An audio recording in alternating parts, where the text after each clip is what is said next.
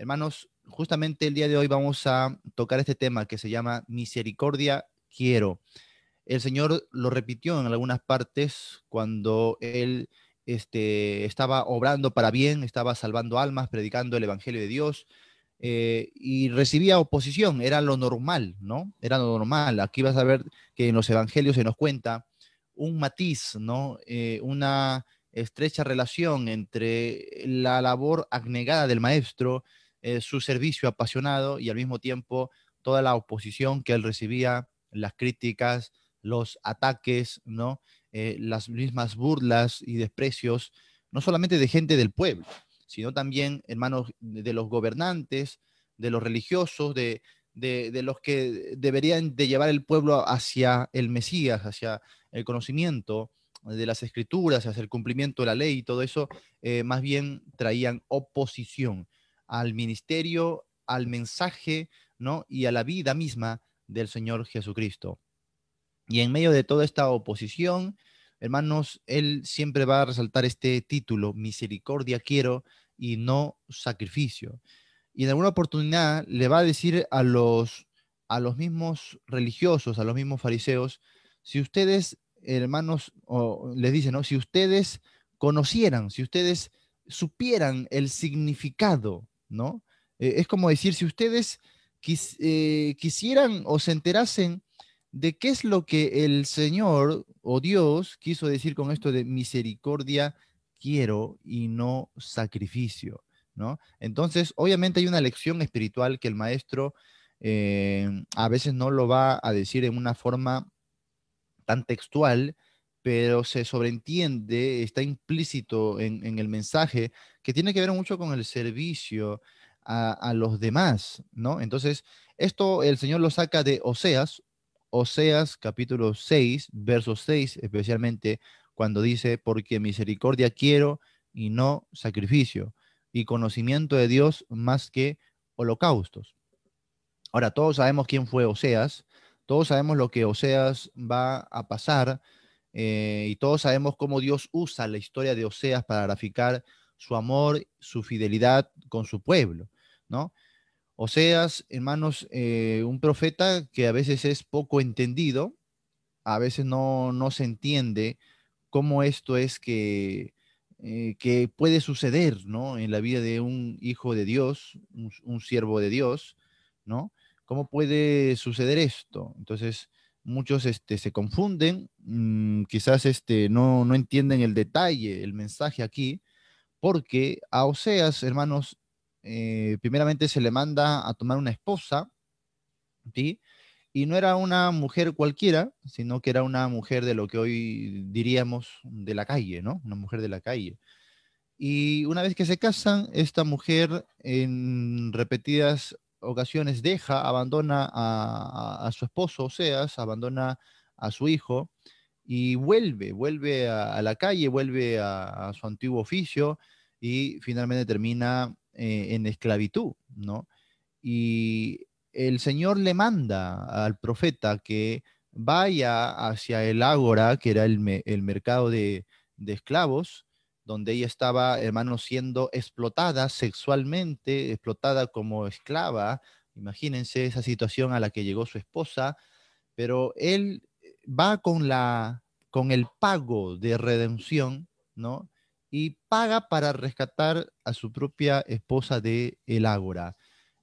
No sé qué habría hecho cualquier otro hombre, aunque sí sabemos lo que habría hecho cualquier otro hombre en esta época, ¿no? Que a estas mujeres obviamente se les consideraba ni siquiera personas ni dignas de valor, de nada, en un mundo, una cultura muy, ¿cómo se llama? Muy machista, muy socialista, una situación donde, hermanos, era pues lamentable. Sabríamos lo que había hecho cualquier hombre en esta situación, pero el profeta, amparado por la disposición divina, hermanos, paga el rescate, la saca del mercado, la lleva nuevamente a su casa y restaura su relación con ella, ¿no? Y es algo maravilloso, y es algo lo que Dios le dice a su pueblo, así ustedes como esta esposa ustedes son conmigo, le dice, ¿no? A su pueblo, ustedes son la esposa infiel, ¿no? Y ahora yo tendré misericordia de ustedes, ¿no? Eso grafica el gran amor del Señor, su gran misericordia, su pasión, su entrega por un pueblo que es infiel, un pueblo que es contradictor. Cuando en la Biblia vemos esto del pueblo de Dios, no es un pueblo que camina en santidad perfecta, no es un pueblo, hermanos, sumamente santo, no es un pueblo que tiene ahí por moradores a ángeles o arcángeles, no, es un pueblo de pecadores, un pueblo de gente que es dura, que contradice, un pueblo cuya gente no quiere escuchar, no quiere oír nada. Ese es el pueblo de Dios, ¿no? Ese es el pueblo de Dios.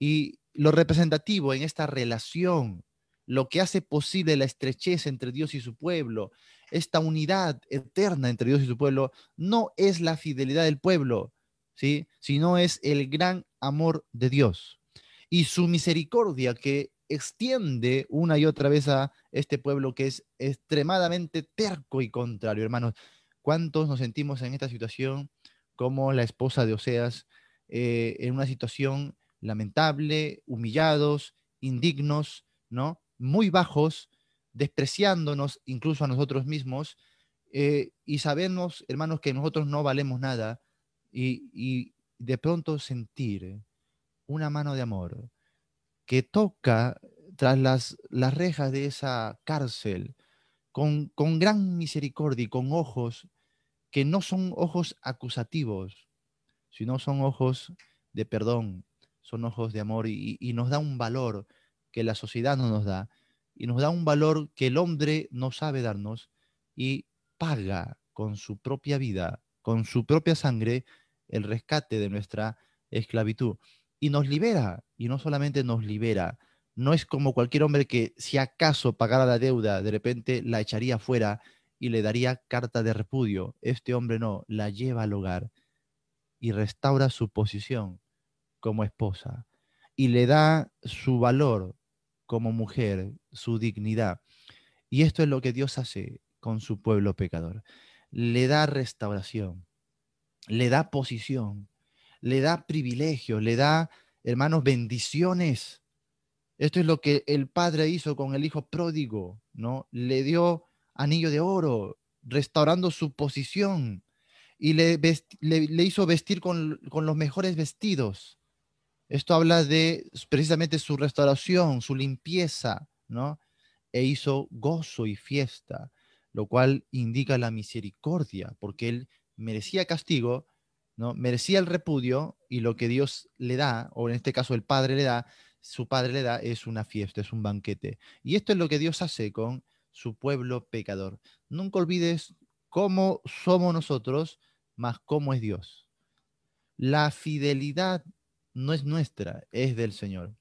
Si hoy podemos estar en pie, si hoy podemos tener una relación y si esa relación es eterna, no es por el favor del pueblo, no es por los méritos de los hombres, es por la gran misericordia que el Señor no solo ha tenido, sino que tiene con nosotros cada día hasta estar completamente en su presencia. Luego, en otra parte de la escritura, el Señor hablando a su pueblo nuevamente, porque le fallaba continuamente, y en un llamamiento de atención, el Señor le dice, con amor eterno te he amado, por tanto te prolongué mi misericordia. Qué hermoso, hermanos. El Señor extiende su misericordia. De prolongué es la extendí, ¿no? La ensanché. Te doy mucho más misericordia. ¿Por qué? Porque te he amado con un amor no pasajero, no con un amor temporal, no con un amor superficial, sino con un amor eterno. Y como te amo tanto, te prolongo mi misericordia. Entonces tenemos a un Dios que se derrite en amor porque Él es la esencia del amor y no sabe hacer ninguna otra cosa más que solo brindar amor. Y en su esencia divina, con este gran amor, eso le guía a Dios a extender su misericordia. Y a Dios gracias que es un Dios de amor, porque si no, hermanos, si no, obviamente nuestra relación con Él no podría ser tan estrecha, tan segura. Y luego el Señor cuando habla a su pueblo nuevamente, haciéndoles entender el gran amor y la gran misericordia que tiene por ellos, les dice ahora, ¿cómo están ustedes demostrando esa misericordia hacia otros? Ustedes que son un pueblo terco, un pueblo pecador, un pueblo irritante, un pueblo que me prueba, pero ahí está mi amor, ahí está mi misericordia, prolongándose hacia ustedes para restaurarles, para perdonarles, ¿no? Para tener paciencia, para darles su posición a cada instante. ¿Y dónde está eso en sus acciones prácticas? De ahí que el maestro tocara una de las parábolas más significativas en los evangelios acerca de esos consiervos, dos, dos siervos, ¿sí? Que tenían una deuda y uno tenía una deuda para con el rey y era una deuda impagable, dice la escritura, una riqueza que todos los días de su vida no iban a bastar para pagar esta deuda. Y el rey le dice, mira, tuve misericordia, eso es lo que usa la palabra ahí, tuve misericordia, por eso te perdoné toda esa deuda. ¿Cuánto le costó? Nada. ¿Qué tuvo que hacer? Nada. Simplemente el rey, por gracia, le perdonó una deuda, pero grandísima, impagable. Ahora el segundo siervo también tiene una deuda, pero es más pequeña. Y no le debe al rey, le debe a ese consiervo que le debía al rey. Salen de la presencia del rey y el siervo, y es más, en el idioma griego es más impresionante porque es que lo toma del cuello con una amargura y con una fuerza, hermanos, que lo estaba asfixiando, le estaba quitando el aire y le dice, oye, la deuda era, no tenía comparación, porque eran unos pocos denarios, ¿no? Que uno podía pagarlo con unos días de trabajo. Y él lo toma del cuello y le dice, te voy a entregar a ti y a tu familia como esclavos, porque esto era la ley en esta época, ¿no? Hasta que me pagues lo que me debes. Y le hacía duramente el cuerpo. Y cuando el rey se enteró de esto, obviamente se enojó, ¿no? La palabra en el griego es un enojo, pero una indignación muy fuerte. Y llama a este siervo y le dice, siervo malo. Cuando olvidamos la misericordia de Dios, hermanos, nos volvemos siervos malos. Y le dice, siervo malo, yo te perdoné tamaña deuda porque me rogaste, ¿no? Porque fui movido a misericordia y tú no debiste hacer lo mismo con tu consiervo. ¿Mm? Entonces, la misericordia que el Señor nos está enseñando en su palabra es una misericordia extensiva, que Él quiere que aprendamos a valorar lo que hace en nuestras vidas para poder transmitirlo a otros. No solamente es para decir, uy, qué lindo es mi Señor, qué bueno, cómo me perdona, cómo tiene misericordia de mí. No, es para compartir esa misericordia. Y de ahí que el Señor da esta frase a su pueblo, misericordia quiero y no sacrificio. Ahora, ¿por qué dice y no sacrificio? Porque en esta época el sacrificio denotaba la religión. Y el Señor le va a decir muchas veces, oye, estoy hastiado, cansado, mi alma lo tiene por abominación vuestros sacrificios. Era un pueblo, hermanos, que se había limitado solamente a lo religioso, a la letra de la ley. Y entonces sacrificaba animales todos los días. Pero ¿de qué servía tanto sacrificio si el corazón estaba lejos de Dios, si no aprendían los principios, si no adoraban al Señor? El Señor les decía, con sus labios me dicen Señor, pero su corazón está lejos de mí. Y entonces no servía de nada. Era un pueblo religioso. Y cuando el Señor dice, misericordia quiero y no sacrificio, lo que está diciendo es, basta de vidas religiosas, basta de ritos y ceremonias frías, basta de liturgias. Yo quiero un culto vivo, un culto racional, un culto del corazón, un culto espiritual.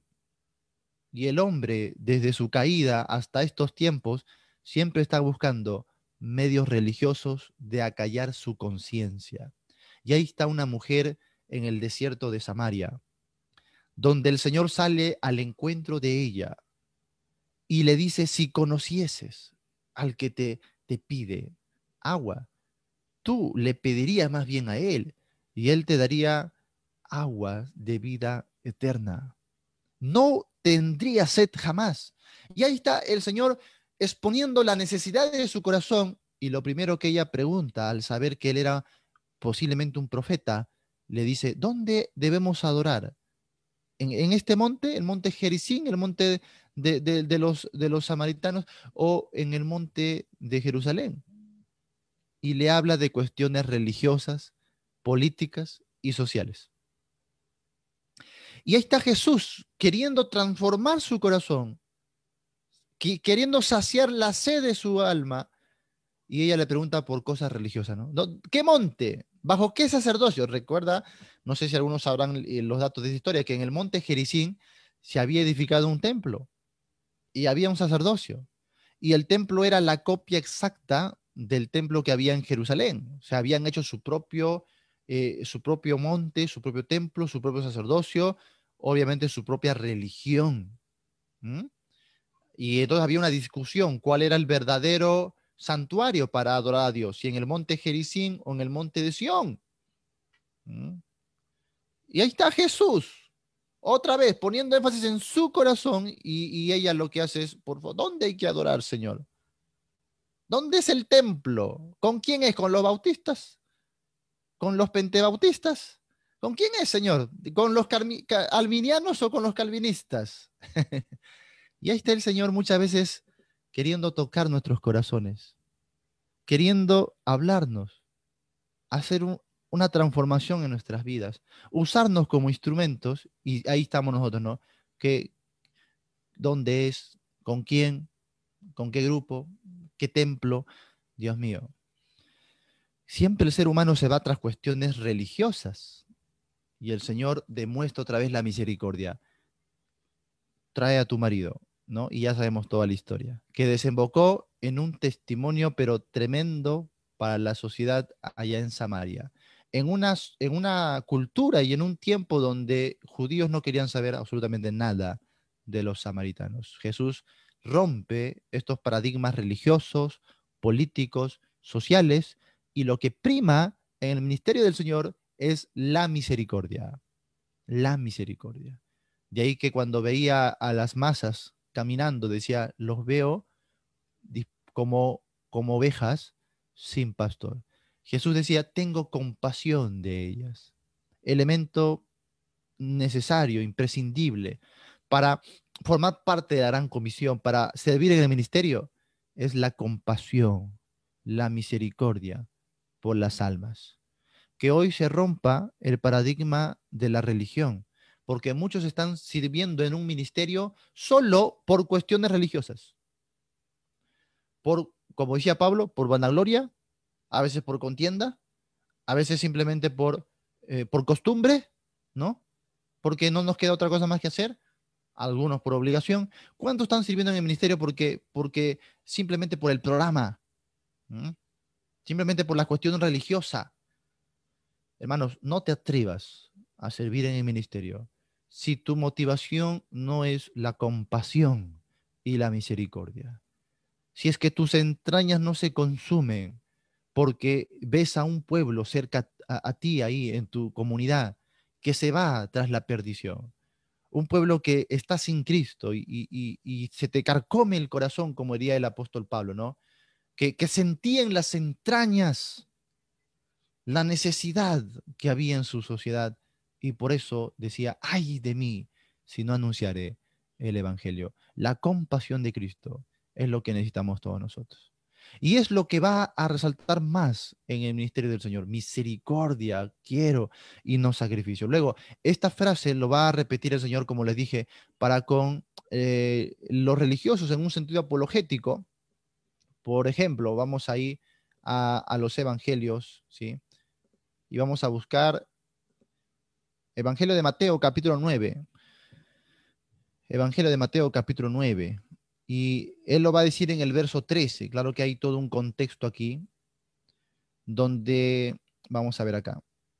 Mira, ve, cuando él estaba sanando, cuando él estaba trayendo libertad a los oprimidos, cuando él estaba, hermanos, perdonando a los hombres, llevándoles a un plano, obviamente, de gracia. El verso 11 dice, cuando vieron esto, los fariseos dijeron a los discípulos, ¿por qué come vuestro maestro con los publicanos y pecadores? Ven, se dan cuenta de la idiosincrasia, ¿no?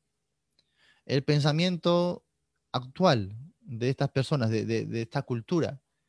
Los pecadores, ojo, que todos son pecadores, pero para que los pecadores llamen pecadores a otros hombres, imagínate pues la forma de vida que llevaban estas personas, ¿no? Para que la misma sociedad que se sabe que es pecadora le llame pecadores, imagínense. Y entonces la pregunta es, ¿por qué come vuestro maestro con los publicanos y pecadores? Al oír esto, Jesús le dijo, los sanos no tienen necesidad de médico, sino los enfermos. Id pues, ahí está el mandamiento, id pues y aprended lo que significa misericordia quiero y no sacrificio. Porque no he venido a llamar a justos, sino a pecadores al arrepentimiento. Y ahí está el significado que el Señor hace de esta frase, misericordia quiero y no sacrificio, lo cual lo relaciona con ganar pecadores, ganar almas para el Señor, lograr que ellos se arrepientan. Para eso necesitaba estar con ellos, ¿no? Luego, en Mateo capítulo 12, lo va a decir también en el verso 7, Mateo capítulo 12. Y aquí otra vez ellos están en cuestiones religiosas, ¿no? Cuestiones religiosas. Y dice, por ejemplo, en el verso 1, no, en el verso 2, la cuestión religiosa dice, viéndolo los fariseos le dijeron, he aquí tus discípulos hacen lo que no es lícito hacer en el día de reposo. Cuestión religiosa. Y el Señor le va a dar clases ahí, clases de historia, clases de Antiguo Testamento, de la ley, ¿no? Y verso 5 le dice, o no habéis leído la ley, como en el día de reposo los sacerdotes en el templo profanan el día de reposo y son sin culpa, pues os digo que uno mayor que el templo está aquí. Y si supieseis qué significa, otra vez, misericordia quiero y no sacrificio, no condenaríais a los inocentes, porque el Hijo del Hombre es Señor del día de reposo. Qué interesante. Y aquí lo va a usar cuando obviamente los fariseos estaban sacando los dilemas nuevamente religiosos y lo que primaba en esta época, si te das cuenta, era ser estricto con lo legal, con lo religioso, ¿no? Con lo social, con la tradición, a costa de, como dice Jesús ahí, de consumir a los mismos hombres. No importaba a los hombres, no importaba su condición, no importaba restaurarles, no importaba ganar sus almas, nada de esto. Lo que era importante era cumplir la tradición. Es más, muchos de los mandamientos que ellos hablaban aquí ni siquiera eran mandamientos de la ley, sino eran tradiciones rabínicas. ¿Mm? Eran tradiciones que habían inventado los hombres. Y a eso le daban más atención que a lo que la palabra decía. Y cuando ellos citaban la tradición, Jesús les citaba las escrituras y le decía, aprended lo que significa misericordia quiero y no sacrificio. No quiero vidas religiosas. Así que en estos dos versos que hemos leído, cómo el Señor usa esta frase de misericordia quiero, tiene que ver, uno, con ganar almas y dos, tiene que ver con despojarnos de las cuestiones religiosas dentro de la supuesta casa de Dios. E ir por lo profundo, e ir por los principios y demostrar la compasión y el amor. Justamente ese es uno de los detalles que el Señor va a tener para con estos fariseos. En Mateo 23, por ejemplo, cuando Él denuncia todo lo que ellos están haciendo en cuestiones muy religiosas, ¿sí? Pero en el verso 23, Él les va a decir, ay de vosotros, escribas y fariseos hipócritas, porque diezmáis la menta y el eneldo y el comino y dejáis lo más importante de la ley, la justicia, Ahí está, la misericordia y la fe. Esto era necesario hacer sin dejar de hacer aquello. ¿Eh? La justicia, la misericordia y la fe. Es lo que, hermanos, trae la palabra de Dios a la vida práctica de los creyentes. Pero ellos se iban más por la ceremonia, la liturgia, la letra de la ley, ¿no? La legalidad.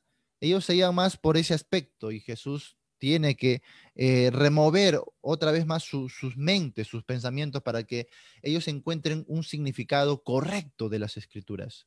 Jesús hablaba del corazón de las escrituras y ellos ponían énfasis en la letra, lo externo de las escrituras. Estamos en un tiempo lamentable donde el pueblo de Dios, que supuestamente debió aprender de estos ejemplos, debió aprender de la condición de Israel, del pueblo religioso, de los fariseos, el día de hoy lamentablemente estamos en lo mismo.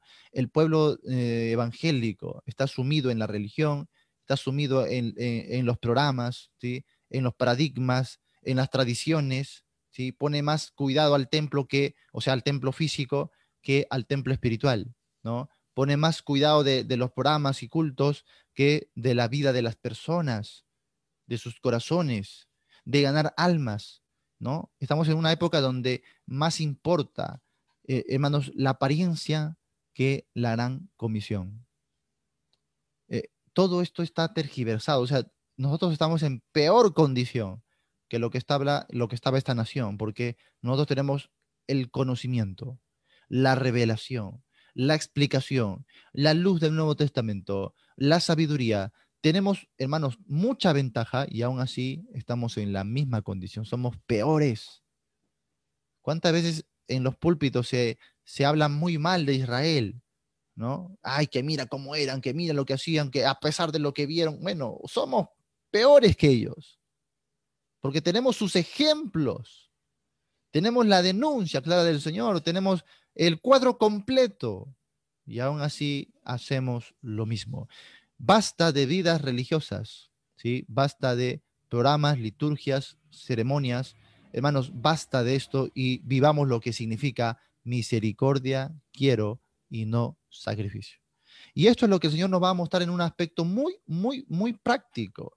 Así que terminando aquí el Evangelio de Marcos, capítulo 1, a partir del verso 40, vamos a ver solo 5 versos aquí, del verso 40 al verso 45, donde la misericordia va a ser una forma muy, muy práctica de vivir, ¿no? Vamos a leer, dice el verso 40, vino a él un leproso, rogándole rogándole e hincada la rodilla, le dijo, si quieres, puedes limpiarme. Y Jesús, teniendo misericordia de él, extendió la mano y le tocó y le dijo, sé limpio. 42. Y así que él hubo hablado, al instante la lepra se fue de aquel y quedó limpio. Entonces le encargó rigurosamente y le despidió luego. Y le dijo, mira, no digas a nadie nada, sino ve y muéstrate al sacerdote y ofrece por tu purificación lo que Moisés mandó para testimonio a ellos.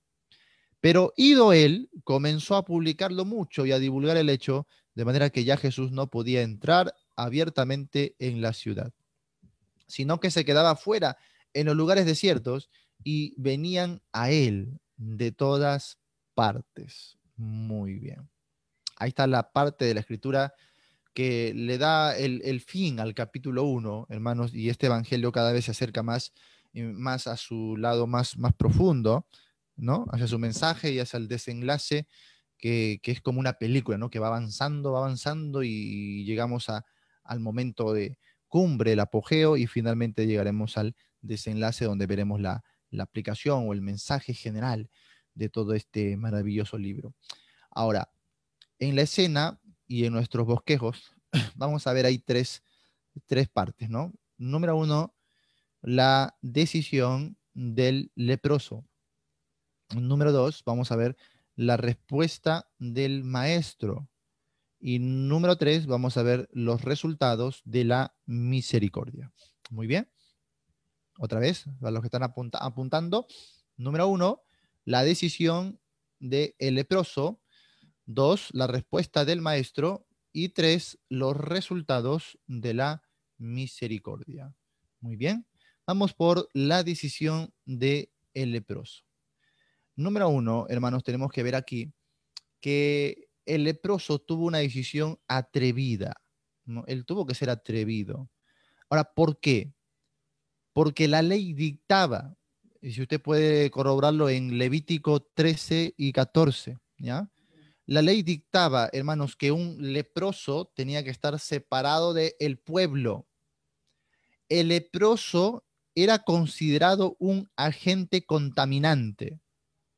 Mira, en esta época, lo que era considerado como un agente contaminante, por ejemplo, era un cuerpo muerto, ya sea de un animal o de una persona, de un hombre. Un cuerpo muerto era un agente contaminante. Otro agente contaminante, por ejemplo, era la sangre, el fluido. Por ejemplo, cada vez que una mujer tenía su periodo, ¿no? Cada mes, la mujer era considerada contaminante. De manera que tú no podías tocar a esa mujer porque también te contaminabas. Ahora, la ropa de esa mujer también era contaminante. No podías ni siquiera tocar, acercarse a la ropa. Las mujeres en esta época, cuando tenían su periodo, eran desplazadas, hermanas, a un rincón, sentadas en una posición donde no podía hacer nada ni tocar nada. Tú te imaginas la condición. Cuando exploramos un poquito el terreno, ¿no? de esta época, de esta cultura, nos damos cuenta de lo privilegiado que somos el día de hoy. Porque hoy, al menos en nuestra sociedad, nadie te condena por esto que consideramos algo natural. Pero date cuenta que es algo que es natural en la mujer, pero que en asuntos religiosos era algo contaminador, era algo inmundo, ¿no? De ahí este trapo de inmundicia, esta palabra que el Señor usa para determinar cómo Él considera las obras de su pueblo. Trapos de inmundicia era el paño que usaban las mujeres precisamente en sus periodos menstruales. Eso era el trapo de inmundicia. ¿Por qué inmundicia? Porque era un agente contaminante, pues. Era inmundo. No podías tocar, no podías tener nada que ver con esto. El Señor Jesús usa estos ejemplos, o Dios usa estos ejemplos, para entender más o menos la naturaleza de su santidad, de su gracia, y cómo nuestras obras no nos pueden acercar a Él, porque nuestras obras son trapos de inmundicia. Yo no entiendo cómo hasta hoy, haciendo un paréntesis, hay tanta gente que piensa que se va a salvar por sus obras, cuando nuestras mejores obras, es más, Dios usa el término justicia. Vuestras justicias son como trapos de inmundicia. O sea, las buenas obras, no obras malas, las buenas obras nuestras son trapos de inmundicia. Lo cual quiere decir que más bien nos alejan de Dios, no nos acercan. La religión en ese sentido no colabora ni a nuestra salvación, ni a nuestra santificación o vida espiritual. Nada de eso se logra con nuestras obras, todo es por los medios de Cristo, todo es por la gracia del Señor. Y bueno, cerrando ahí el paréntesis, ¿no? Estamos ahí hablando de lo que era inmundo. Entonces, animales, ciertos animales eran considerados animales inmundos, que no se podían comer, por supuesto, ¿no? Y asimismo, aquellos que tenían una impureza física, también eran considerados inmundos. Ahí están los leprosos, ¿no? Aquel que tenía lepra, si se corroboraba esto, tenía que vivir fuera del campamento. Tenía que estar alejado de la sociedad. Nadie podía tocarlo, no solamente por el contagio, ¿sí? Sino el mero acercarse a la persona, aunque tú no lo toques o no te contagies, ya eras contaminado. ¿Sí, sí entendemos la situación?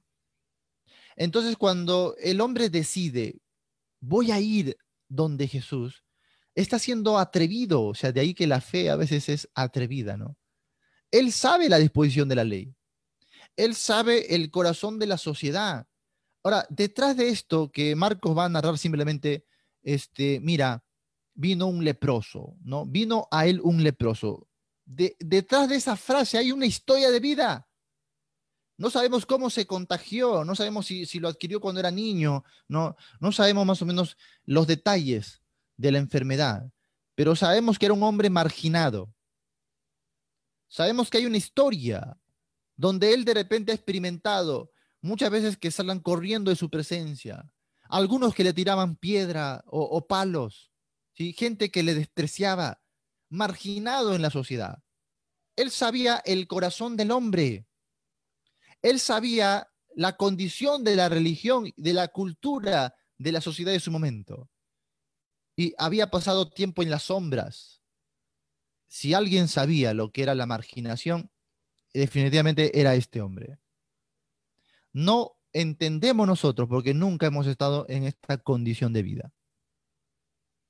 Su propia familia de repente despreciándolo, ¿no?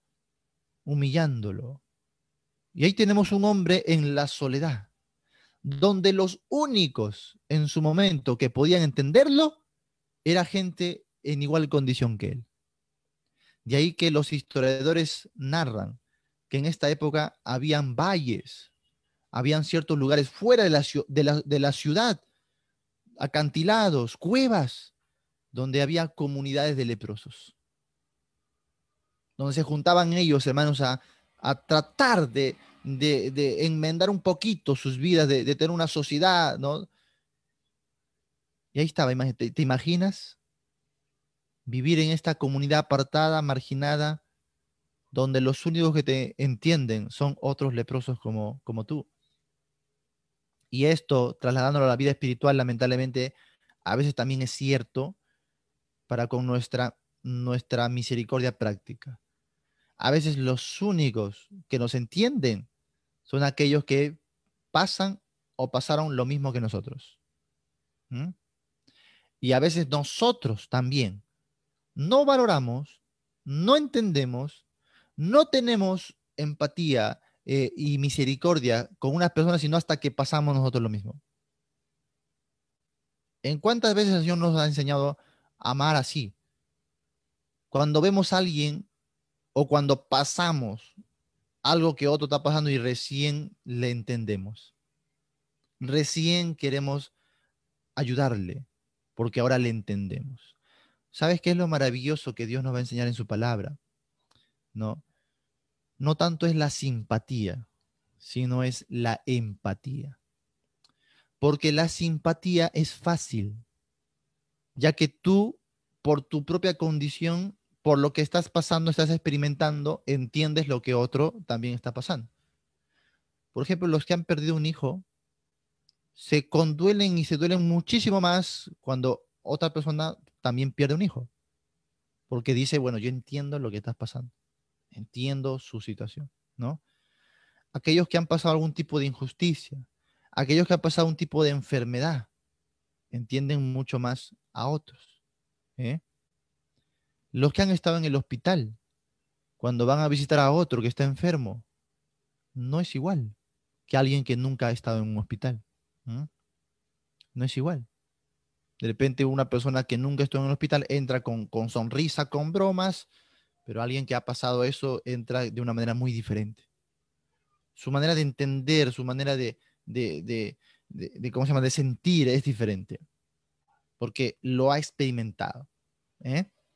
La vez pasada le daba el ejemplo de que antes yo trataba de ayudar a los que estaban vendiendo en las calles por una cuestión de humanidad, por una cuestión de educación, de cultura, ¿no? Pero ahora cuando veo gente vendiendo en la calle es diferente. ¿Por qué? Porque lo he experimentado. Lo experimenté, entonces entiendo diferente, siento diferente. ¿Mm? Ahora, yo no me atrevo a pedirles, si están vendiendo y veo necesidad, no me atrevo a pedirles descuento ni nada de eso, ¿no? Porque entiendo la condición. Ahora, ser o manejar simpatía relativamente es más fácil, porque entendemos a partir de nuestra propia experiencia. Pero cuando Dios nos habla de su amor y su misericordia en la palabra, nos pide ser empáticos, lo cual, como diría el escritor de Hebreos, acordaos de los presos como si vosotros estuvierais en el cuerpo. Claro, alguien que nunca ha estado preso, y ojo que cuando él dice de los presos, no se refiere a todos los delincuentes que están en la cárcel, sino a aquellos hermanos que por la fe en Cristo estaban en la cárcel, en prisiones. Era una prisión, por lo tanto, injusta. Ahora, si tú alguna vez has sido llevado a la cárcel injustamente, cuando tú vas a ver a un hermano que pase lo mismo, estoy seguro que no vas a poder, hermanos, quedarte quieto en casa. Vas a ir a visitarlo para darle fuerzas, para darle confort, porque entiendes la situación, ¿sí? Y entonces el escritor de Hebreos le dice a los que no estaban presos, a los que todavía no habían sido capturados, por favor, acuérdense de los que están en las cárceles, como si vosotros estuvierais en el cuerpo, como si pasarais lo mismo, aunque nunca lo has pasado. Esto es empatía, ¿sí? Conduélanse de los que están enfermos, aunque tú no estás enfermo, de los necesitados, como si tú estuvieses en escasez y en miseria en la calle. ¿Sí me dejo entender? Esto es empatía. No necesitamos pasar lo que otros pasan para entender, para sentir, para amar, para demostrar misericordia. No dejes que la vida te enseñe esas lecciones que ya Dios te enseñó en su palabra. Porque lamentablemente a veces somos así. Para poder entender algo, vamos a tener que experimentarlo por nuestra necedad. Pero no es necesario. No dejes que la vida te enseñe, ¿sí? Porque ya Dios nos da sus principios en su palabra. Y nos da los ejemplos. Y ahí está el buen samaritano. El Señor no dice las razones. No dice si el buen samaritano también experimentó eso alguna vez. Simplemente nos da la manera de llevar a cabo las cosas. ¿Por qué es tan significativo lo del buen samaritano?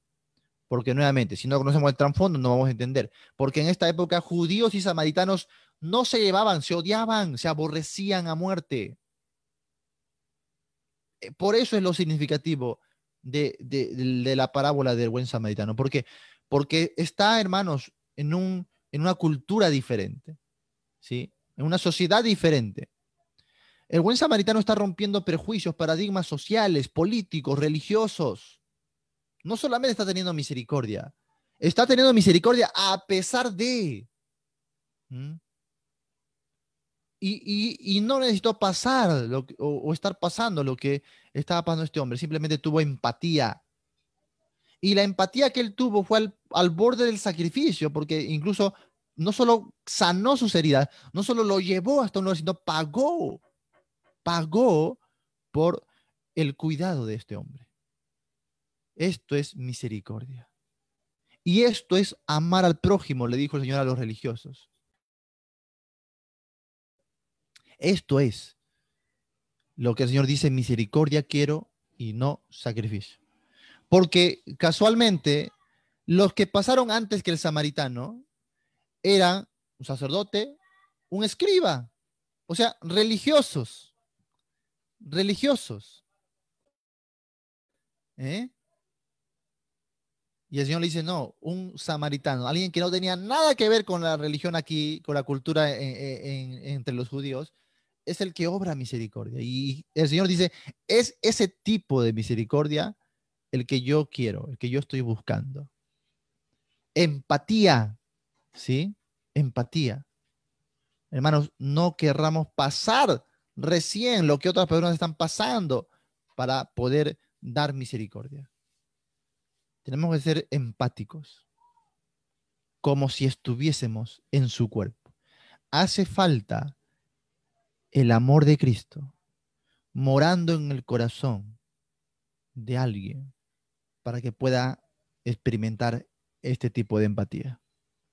Si el amor de Cristo no reina en tu corazón, esto es algo imposible. No difícil, imposible.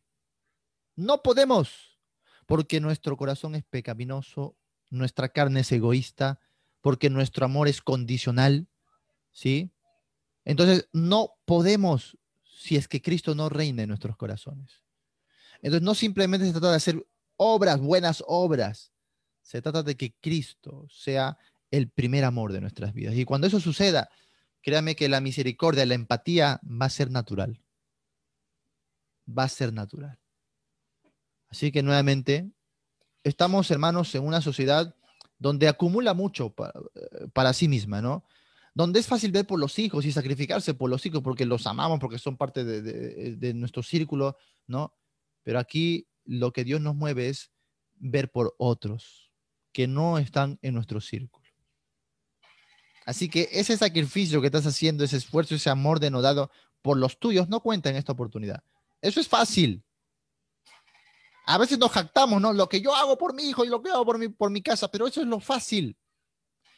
El Señor te pide que vayas a los que no te aman, a los que no quieren saber nada de ti. Te pide que vayas a una sociedad corrupta, terca, contradictora, como seas, que fue enviado a un pueblo terco, malo, contrario. Y el Señor Jesús dijo, es fácil si aman solamente a los que le aman, ¿qué mérito tenéis? Hasta los gentiles hacen eso. Oye, hermanos, hasta los ladrones, hasta las mafias, entre ellos se aman, se cuidan, entre ellos se dan afecto y regalo. No hay diferencia. El cristiano es llamar o es llamado a amar a los que no le aman. Sacrificarse por los que no dan nada por él. ¿Sí? Demostrar amor, sacrificio por los que están en miseria y en necesidad y llevan vidas tan contrarias a los principios de Dios. No estás para juzgar, no estás para criticar, estás para amar y demostrar esa gran misericordia del Señor. Para eso estamos aquí. A veces los cristianos hemos olvidado nuestro propósito de luces de sal en esta tierra y nos hemos vuelto solo a la tradición y a la religión. Y aquí está el Señor cambiando todo. E inicia con la decisión de este leproso que sabe cómo es la sociedad, pero hace una decisión atrevida. Luego, esta fue una decisión de fe, es un acto de fe, por tres cosas, tres consideraciones. Número uno, porque tenía que creer en el poder de Jesús.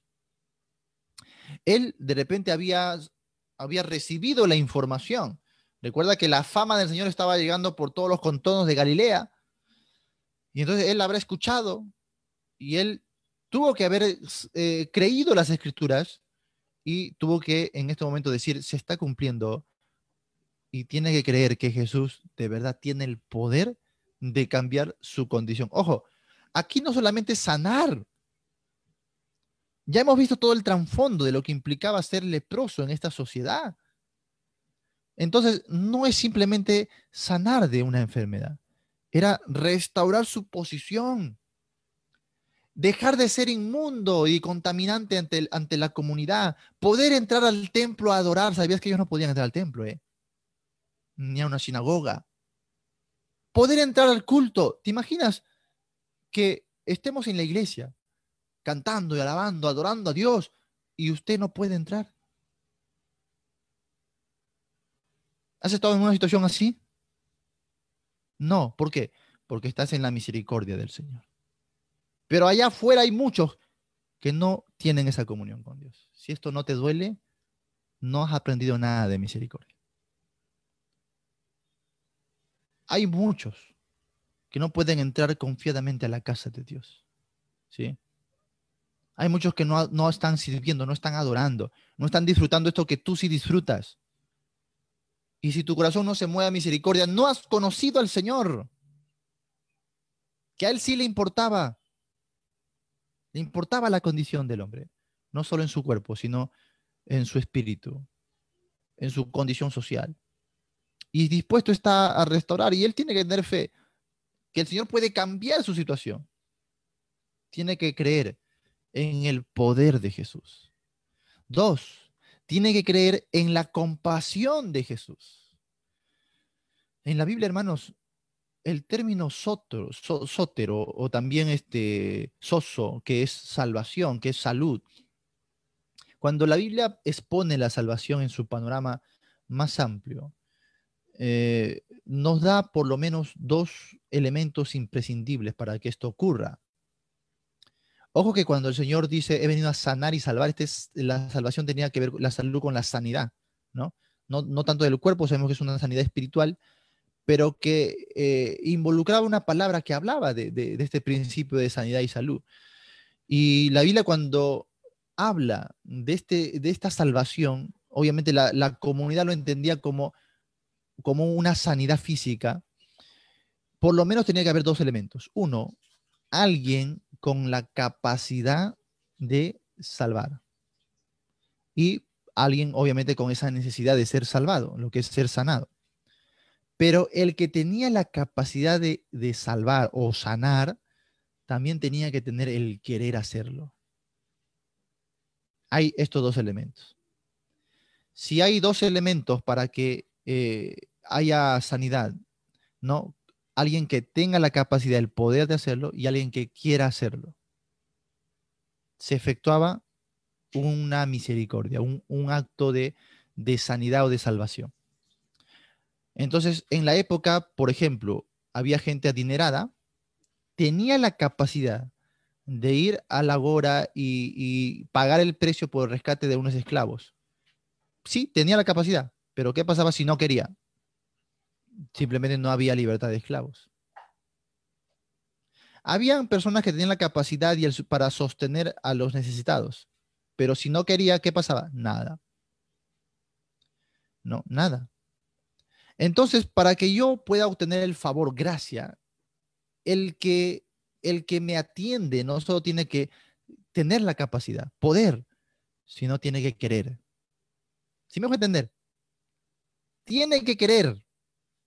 Así que cuando el leproso cree en Cristo, no solo cree que tiene la capacidad, sino que cree que Cristo tiene la compasión para hacerlo. Por eso es que cuando él llega al maestro, le dice, maestro, si quieres, puedes limpiarme. Si quieres, por favor. Pero el acto de venir es porque él confiaba que sí iba a querer. Él creía en la compasión del maestro. ¿Mm? Hermanos, la Biblia dice que Cristo, que Dios quiere salvar a todos los hombres. No dudes de esa palabra, lo dice textualmente, pero también dice que tiene la capacidad. Cristo puede salvar y quiere salvar, así como Cristo puede sanar y quiere sanar. Y hace falta fe, como este leproso, que rompe los paradigmas de la cultura y de la religión y cree en el poder del Señor, mas cree también en su compasión. Ojo, había ido donde el sacerdote y el sacerdote le dice, ve fuera del campamento. Había ido donde la familia y la familia dice, no eres parte más de la casa. La sociedad le marginaba, pero él sabe que el maestro, él dijo, el que a mí viene, yo no le echo fuera. Él sabe que el maestro le va a recibir. Él cree, ese creer se vuelve acción. Estamos en un mundo donde decimos creer, sí, con la boca, pero no hay acción. ¿Usted cree que Dios tiene el poder de salvar a su comunidad? ¿Sabe dónde veo ese creer? En su acción. ¿Usted está testificando a su comunidad? Si usted no está testificando, no cree que Dios es poderoso para salvarles. Así de sencillo. La fe que Dios nos pide es una fe dinámica, es una fe de acción. Si yo creo que Dios puede salvar a mi familia, a mi comunidad, que Dios puede traer un avivamiento de repente a mi pueblo, entonces sirvo, predico el evangelio, disipulo. ¿Por qué? Porque creo, como dice Pablo, creo en el poder del evangelio. Es poder de Dios para salvación a todo aquel que cree. Por lo tanto, ¿qué hacía? Anunciaba el evangelio. Versos antes le había dicho, a vosotros también los que estáis en Roma, yo soy deudor. Pronto estaré para compartirles también el evangelio a ustedes allá en Roma, porque no me avergüenzo del evangelio, porque sé que es poder de Dios para salvación a todo aquel que cree. Él estaba convencido. Por eso decía, esto es digno de ser no solo anunciado, sino creído por todos los hombres. Pero si es que decimos creer y no salimos a anunciar, ¿qué tipo de fe es esa? ¿Qué tipo de fe es esa? Aquí el leproso cree en la compasión del Señor, por eso sale a su encuentro. Cuando la sociedad le dijo, no, quédate afuera, él entró. Acción, ¿sí? Y esta acción obviamente fue atrevida. Fue atrevida. Me imagino que por los caminos iba llevando el desprecio de muchos, el insulto, ¿no? La marginación. Se dice que estos leprosos caminaban con unas campanitas. Y la gente a lo lejos cuando escuchaba estas campanitas sabía que se aproximaba un leproso. Y salía al encuentro, a veces le tiraban piedras, obviamente porque no querían saber nada con un leproso. Y ahí está, él cree en la compasión del Señor y no va a ser defraudado, por supuesto que no, ¿no? Y otra cosita vemos aquí, que él tenía que creer también en la soberanía del Señor. Él creía en la soberanía del Señor, sabía que era el Señor. ¿Por qué? Porque le dice, si quieres, puedes limpiarme. Qué hermoso, que cuando alguien tiene fe en el Señor, eso no excluye la soberanía del Señor. Pero hoy nuestra sociedad es contraria a eso, ¿no? Hoy nuestra sociedad es sí porque sí, me das porque me das porque ya lo decreté. Si tengo fe, me lo tienes que dar sí o sí, sí o sí. Hoy es declara, hoy es decreta, ¿no? Hoy es reclama. Si crees, te será hecho, sí, sí, sí. Tiene que darte, sí o sí el Señor tiene que darte. Mira, cuando alguien se acerca a Dios, cree que Él es poderoso, cree que Él es compasivo, pero también cree que es soberano. Y ahí tenemos el gran ejemplo de los amigos de Daniel ante una sociedad pagana que le dice, adora a otro Dios. Y si no lo adoras, te lanzaremos a un horno de fuego ardiente. Todo el pueblo se inclina y ellos se mantienen en pie. Tres en medio de tantos. Y son llamados ante el rey, y el rey les increpa por esto que ellos estaban desobedeciendo. Y qué interesante la respuesta de ellos, porque le dice, mira, nosotros creemos que nuestro Dios nos librará de tu fuego, de tu horno.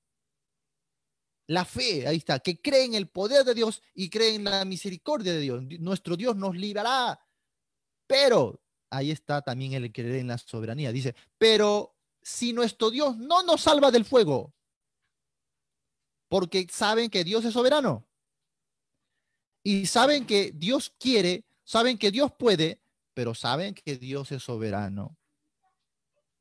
Y si Dios no nos libra del fuego, sepa, tú, oh rey, igual no adoraremos a tu imagen, ni nos inclinaremos ante ella. No es condicional nuestro servicio, nuestra adoración, nuestra fe. No es condicional. No es que si Dios me libra, si Dios me da, si Dios me prospera. No, Él es el Señor y no hay nadie más digno de nuestra reverencia y adoración. Así que si Dios no quiere salvarnos del fuego, igual moriremos adorándole solo a Él. Esta es la fe que requerimos para este mundo, hermano. Un mundo tan condicionante, un mundo que le reclama a Dios, un mundo que se resiente contra Dios, que solamente quiere lo bueno de Dios, pero no como Job, que le dice a su esposa que acaso, así como recibimos el bien de Dios, el mal no lo recibiremos. Si Dios hoy quiere traerte mal a tu vida, a tu casa, a tu cuerpo, ¿no lo recibirás? ¿No es bendición? ¿Sabes por qué no lo recibes? ¿Por qué te niegas? ¿Por qué no es bendición para ti? Porque no crees en el Dios de la Biblia. Porque no crees que es todopoderoso. Porque no crees que tiene todo en control. Porque no crees en su carácter. No crees que todo Él lo conduce a bien. No crees en el Dios de la Biblia y no crees en su soberanía. Entonces, por ahí nos encontramos que muchos están creyendo en otro Dios, pero no es el Dios de la Biblia. Porque algunos creen en el Dios que solamente les da lo bueno, les prospera, les bendice, pero no es soberano. Ese no es el Dios de la Biblia. Y ahí está el leproso que está dispuesto a aceptar la soberanía del Señor. Sabe que quiere, sabe que puede. Pero Señor, si tú quieres, si es tu voluntad, aquí estoy para ser limpio. Qué interesante que él usa esta palabra, limpio, Porque no dice, quiero y puedes sanarme, sino hazme limpio. Y él estaba recurriendo a su condición de vida, más allá de la situación del cuerpo, sino la situación con la sociedad. Él se sabía inmundo, un agente contaminante. Yo no quiero ser más inmundo, quiero ser limpio. ¿Te diste cuenta? Es un acto de fe. Y él sabe entonces la potencia del Señor, sabe su compasión y también reconoce su soberanía. Vamos al siguiente verso y vamos a ver ahora la respuesta del maestro. En primer lugar, vemos que Jesús fue movido a misericordia. Dice el verso 41, y Jesús teniendo misericordia de él. Y ahí está. Es antes de lograr la misericordia.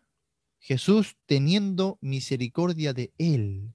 Ahora, esta misericordia del Señor no solamente es sentimental, no solamente es informativa, no es de palabras, sino es de acción, porque dice enseguida, dice, teniendo misericordia de él, extendió la mano y le tocó.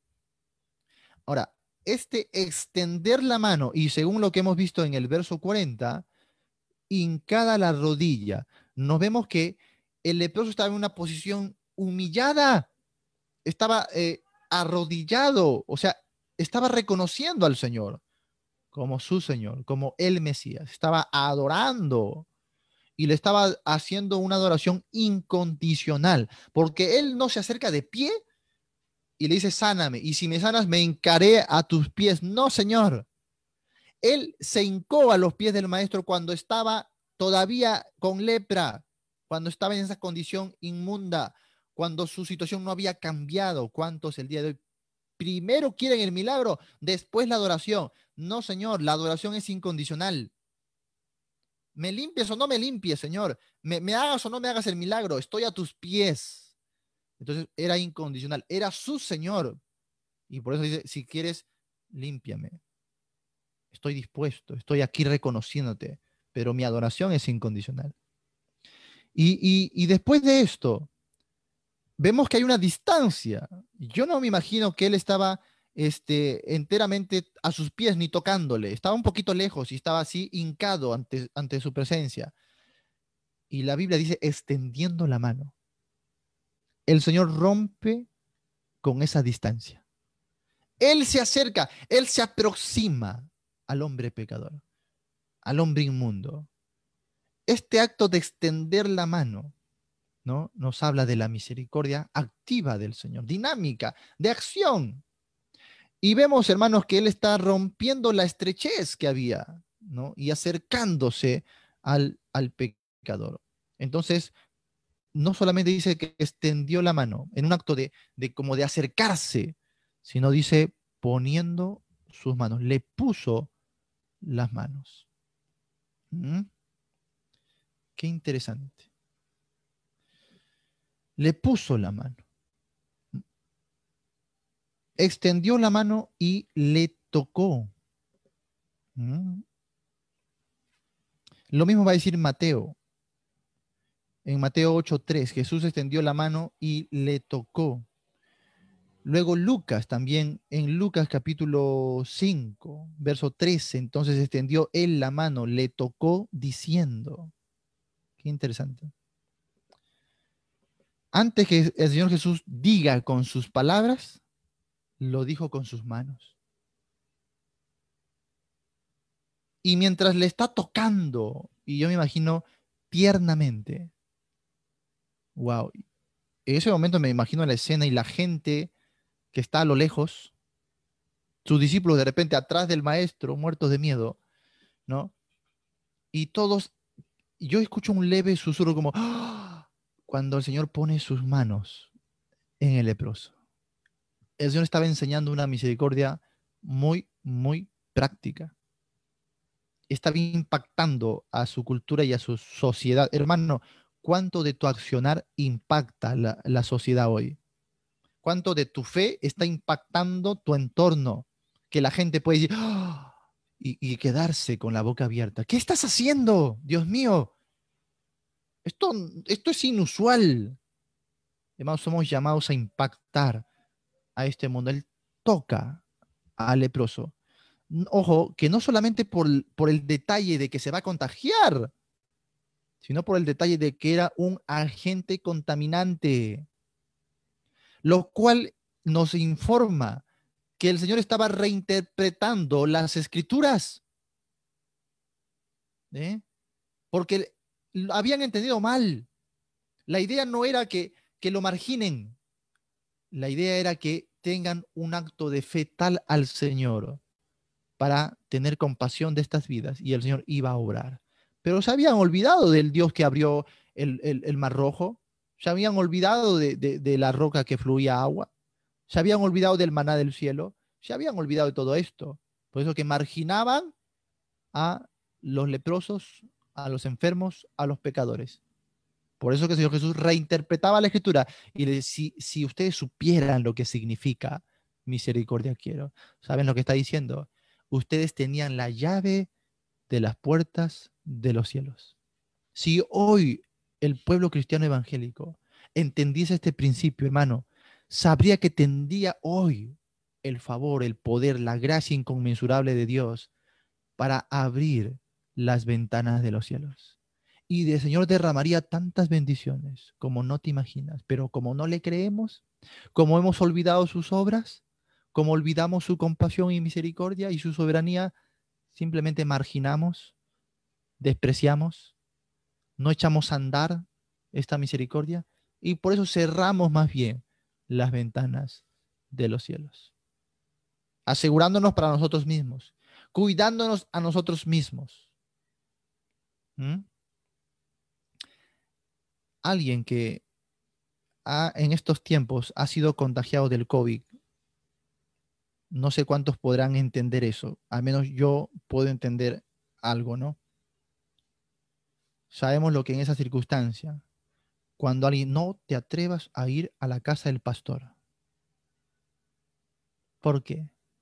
Ahí nos olvidamos de Dios, nos olvidamos de lo que predicamos, nos olvidamos de lo que creemos. No, no, no, no te atrevas que nos vamos a contagiar, ¿eh? Unos pocos, contaditos con las manos, unos samaritanos del Señor que no temieron nada.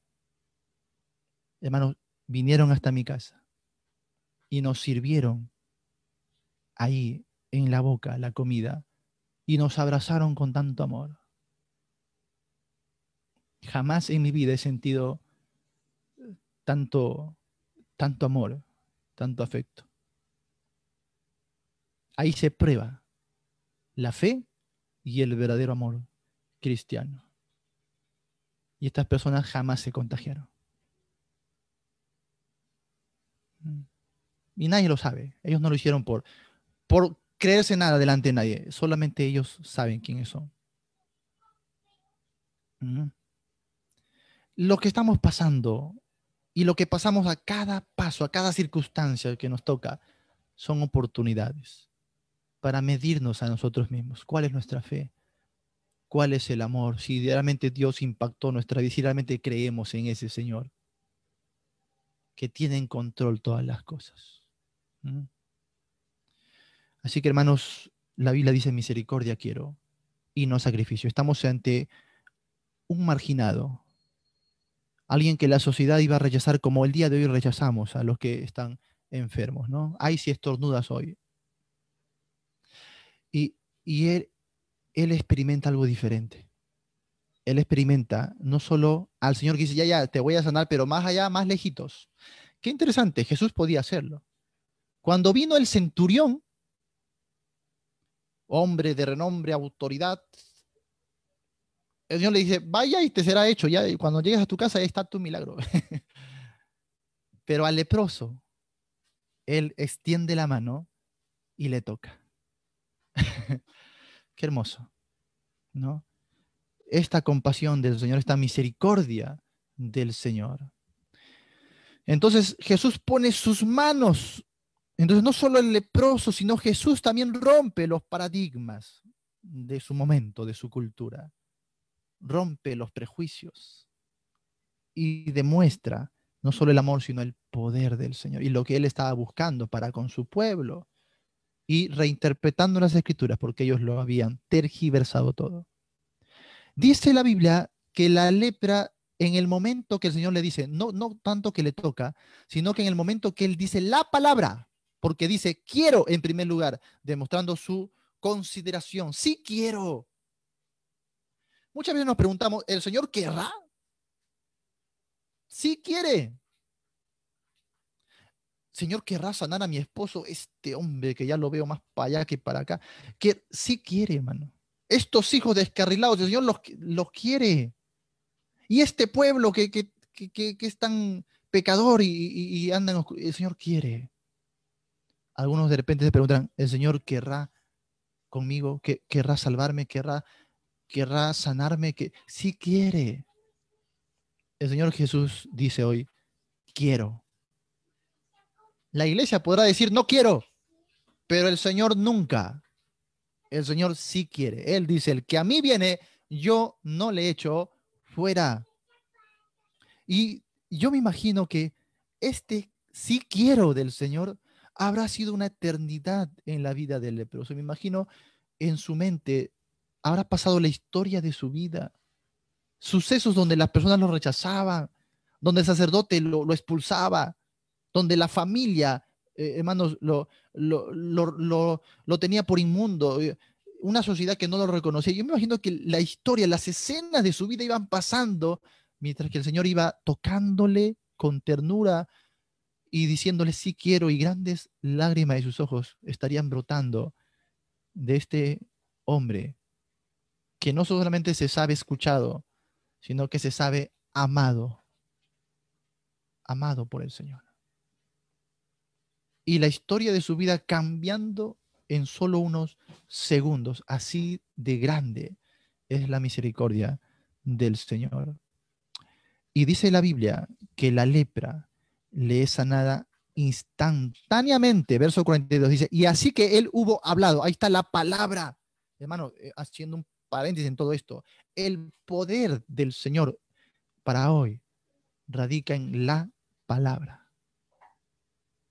Aquí está el Señor, que bien pudo sanarle tocando las manos, pero él quiere dar una enseñanza espiritual, porque la lepra no sale de su cuerpo, sino hasta que dice la palabra.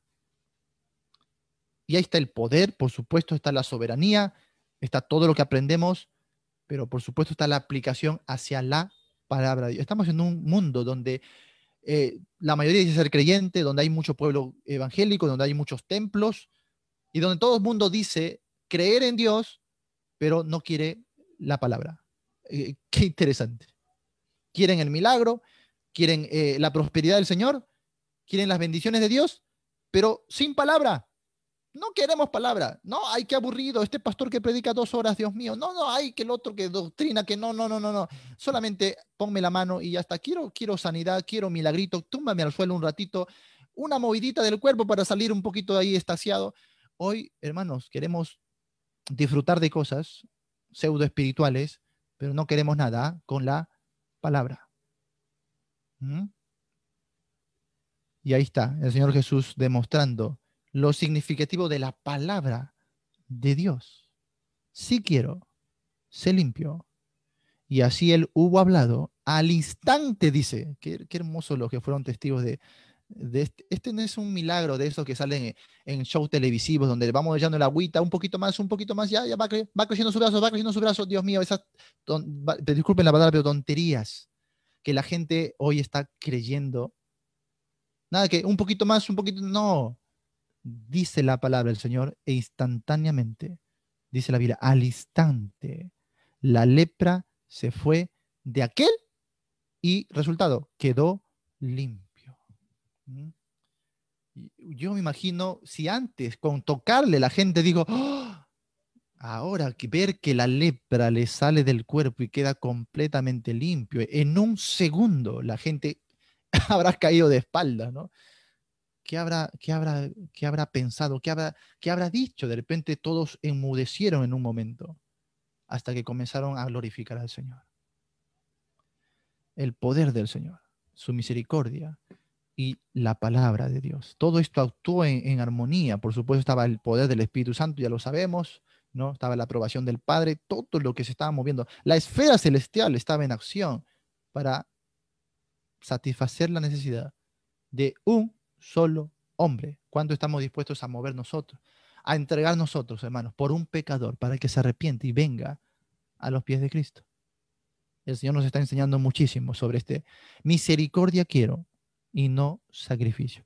Ahora, inmediatamente, y por eso le puse el título aquí, no solo por este acto de misericordia, sino porque inmediatamente el Señor va a apelar a la religión del momento, ¿no? En verso 43 dice, entonces le encargó rigurosamente y le despidió luego. Y le dijo, mira, no digas a nadie nada, sino ve, muéstrate al sacerdote y ofrece por tu purificación lo que Moisés mandó para testimonio a ellos. En otro evangelio dice lo que la ofrenda que Moisés mandó para para el ritual de purificación, ¿no? O sea, esto es la ley, por supuesto. La ley indicaba, y mira, y esto es como no lo veían ellos, ¿eh? La ley indicaba si un leproso era sano, se tenía que presentar delante del sacerdote. El sacerdote le iba a examinar su herida, su llaga, y si verdad veía que, oye, esta llaga estaba limpia o se estaba limpiando, entonces se ofrecía un sacrificio de expiación, de limpieza, de purificación, ¿no? Y la persona era declarada limpia, por tanto ya no era un agente contaminante. Esto dictaba la ley. Ahora, yo digo, pero ellos sabían la ley. Dios les estaba diciendo implícitamente, estoy dispuesto a sanar. ¿Sí me dejó entender? Porque en la ley estaba que los leprosos podían ser limpios y volver a ser restaurados. No creía la palabra del Señor. Por eso que el Señor Jesús dijo, yo he venido a cumplir, pues, porque ellos no la estaban cumpliendo. Si hubiesen escarbado un poquito la ley, oye, mira, acá dice que pueden ser limpios, ¿ve? Y si hubiesen ofrecido misericordia, hubiesen visto grandes milagros y bendiciones del Señor. Como le digo, es el pueblo mismo que a veces cierra las puertas de la bendición de Dios cuando no crea la palabra. Qué interesante. Así que ahí vemos el Señor que le dice, ¿no? Es movido a misericordia, pone sus manos sobre el leproso, la lepra le sana totalmente del cuerpo y finalmente le da instrucciones. Número uno, no digas nada a nadie. Primera instrucción. Número dos, muéstrate ante el sacerdote. ¿Eh? Haz lo formal, haz lo que esta sociedad te pide, lo que la religión está establecido, hazlo. Tres, ofrece el sacrificio de su purificación. Sí, ofrece, por favor, tu ofrenda, todo lo que está dispuesto en la ley. ¿Sí? Jesús no estaba quebrantando la escritura, más bien la estaba poniendo en verdadera acción. Y finalmente vemos el resultado al final. Después de que el hombre fue sano, él más bien comenzó a publicar el hecho. Marcos va a usar dos palabras aquí. Verso 45 dice, pero ido él comenzó a publicarlo mucho, publicar. Y luego dice, y a divulgar el hecho. Qué interesante. ¿Mm? Uno, publicarlo, esto es como vociferarlo, decirlo públicamente, y otro, divulgarlo de persona a persona. No se cansaba de hablar, dice, de el hecho, lo cual involucraba testificar de la persona, de la persona. Ahora, sabemos por panorama que Jesús no quería hacer las cosas de una manera muy directa, ¿sí? Él quería llevar a cabo un tiempo, un cumplimiento, ¿sí? Pero también sabía el Señor que esto tenía por finalidad finalmente su propio sacrificio. Todo eso lo sabemos en panorama. Entonces, parte de ello es pedirle que Él no vaya a divulgar esto con directamente pues con los gobernantes, con los religiosos, ¿no? Sabemos que hay toda una escena ahí, una preparación del Señor para lo que sería su sacrificio, pero él dice, no hace caso de esto. Ahora, esto no va a ser la primera vez. En muchas oportunidades el Señor Jesús le va a decir, mira, no digas a nadie, y precisamente hacen todo lo contrario, comienzan a publicarlo a todo el mundo. Ahora, ¿cómo podríamos tomar esto? ¿Como una desobediencia? ¿Como una falta de gratitud? ¿Mm? ¿O como un fruto inevitable del encuentro y de la obra del Señor en la vida de alguien que ha cambiado para siempre su condición. Hermanos, es imposible que alguien que ha experimentado la gracia y la misericordia de Dios se quede callado. Es imposible. Los apóstoles en Hechos dijeron, no podemos dejar de decir lo que hemos visto y oído. No podemos, no dice no queremos, no podemos. Pablo dice, ay de mí si no anunciar el evangelio, porque me es impuesta necesidad. No hay hijo de Dios que haya experimentado a Cristo en esta manera, esta misericordia, esta compasión, este perdón, esta limpieza del Señor, que luego no quiera transmitirlo, que no quiera compartirlo, no puede. La pregunta es, ¿cómo es en su vida? Usted que dice creer en Dios, usted que fue perdonado, usted que fue recibido, ¿usted está compartiendo? ¿Está divulgando? Estos fueron los efectos inmediatos en la iglesia tesalónica, que con lo poco que habían aprendido de doctrina salieron y conquistaron las regiones hasta Macedonia y Acaya. Por todo el mundo se extendió su fe, su conversión al Señor, porque dice, partiendo de vosotros ha sido divulgada la palabra del Señor. ¿Cómo es en nuestras vidas, hermanos? ¿Compartimos? ¿Divulgamos? ¿Hacemos famoso el nombre de Cristo? ¿O nos quedamos calladitos? Yo me imagino que el leproso habrá estado en una prueba, ¿no? Ay, es algo tan maravilloso, pero él me dice que calle. ¿Qué hago? ¿Será una prueba? ¿Qué hago? Dios mío. Yo me imagino que está en una lucha hasta que no pudo y divulgó lo que el Señor había hecho en su vida. Me imagino y tengo convicción de que él fue a la antigua aldea de los leprosos. Y sabes, me imagino a este hombre tocando a los leprosos, tomándolos de la mano y diciendo, vamos, vamos, vamos, que yo sé, mírame, mírame, estoy limpio, mírame, mira lo que hizo el Señor en mi vida. Y abrazándolos y tocándolos, porque es lo que había aprendido del maestro. ¿Sabes? No lo aprendió en una escuela, en un seminario, en una academia, lo aprendió en la experiencia con el Señor.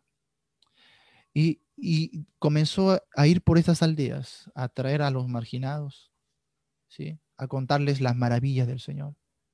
Esto es lo que el Señor hace en la vida. Esto es lo que el Señor quiere hoy hacer en nuestras vidas. ¿Y cómo tenemos la seguridad de que Él hace esto? Porque dice, vamos a los resultados, ¿sí? La última parte, los resultados. El hombre comenzó a publicar el hecho. Vamos a ver que da testimonio de Jesús. Y número 3, a causa de esto, Jesús ya no entraba abiertamente a la ciudad. Ahora, por supuesto, esto no es que se le escape las manos al Señor. El Señor sabía todo esto. Sabía lo que iba a hacer el leproso. Todo esto estaba en los planes del Señor, por supuesto. Entonces, el Señor más bien le da un hambre mayor a él por publicar lo que había pasado. Y dice que ya no entraba a la ciudad abiertamente, obviamente, porque las acciones del Señor a veces eran condenadas por las autoridades y la religión del momento. Mas el Señor no es que escapaba de la muerte, sino que él sabía que había ya señalado un tiempo específico, una hora específica. Así que mientras no llegaba su hora, nadie podía tocarle ni un pelo al Señor. Solo hasta que él disponga, ya cuando le dice en su oración al Padre, Padre, la hora ha llegado. Ahora sí, Padre, glorifícame, llévame otra vez. Y le habla de la exaltación, pero sabe el Señor que viene antes de eso su humillación. Hasta que esto no llegue, el Señor no estaba dispuesto a entregar su vida. Era en el momento señalado por el Padre, ¿sí? Era el kairos de Dios. Entonces dice ahí, no entraba abiertamente, sino que iba al desierto. Marcos dice, sino que quedaba fuera en los lugares desiertos y venían a él de todas partes. Ahora, cuando dice lugares desiertos, no te imagines un desierto donde no hay ni una plantita ni nada de esto, sino que es a las afueras de la ciudad, lo cual eran terrenos rocosos donde sí había cierto lado cierta vegetación, había por ahí un valle. Entonces, lugares desiertos donde no había comunidad, donde no había sociedad, ¿no?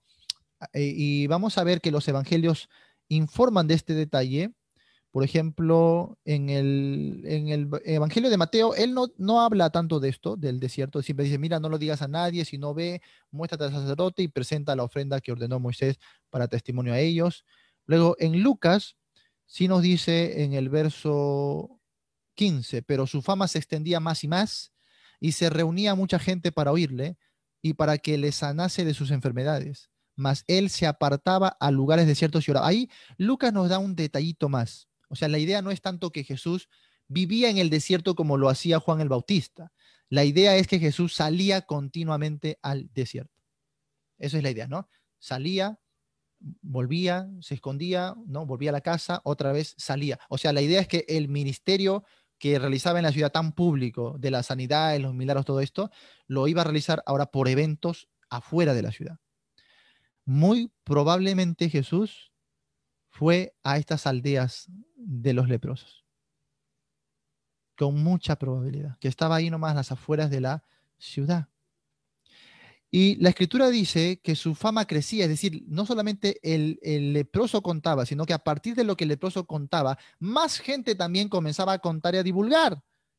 Producto de esto, dice verso 45 de Marcos, se quedaba fuera, dice, en los lugares desiertos y venían a él de todas partes. Resultado de lo que hubo en la vida de este hombre es que mucha gente acudió a los pies del maestro.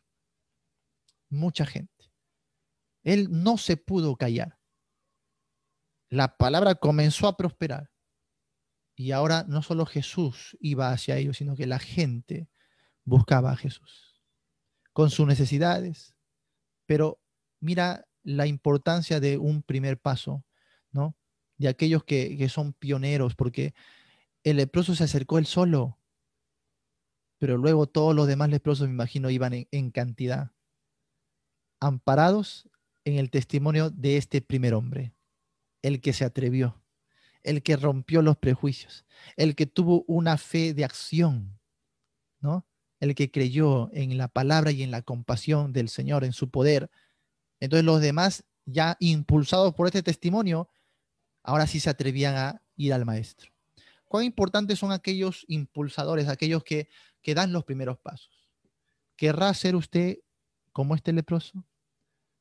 Quizás usted ve la condición de su iglesia en la que todos están desanimados, en la que no hay palabra, en la que no hay evangelismo, no ganan almas.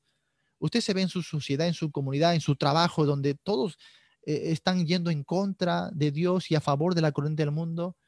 Y usted quiere un cambio, pero ¿qué hace falta? Es que usted dé el primer paso.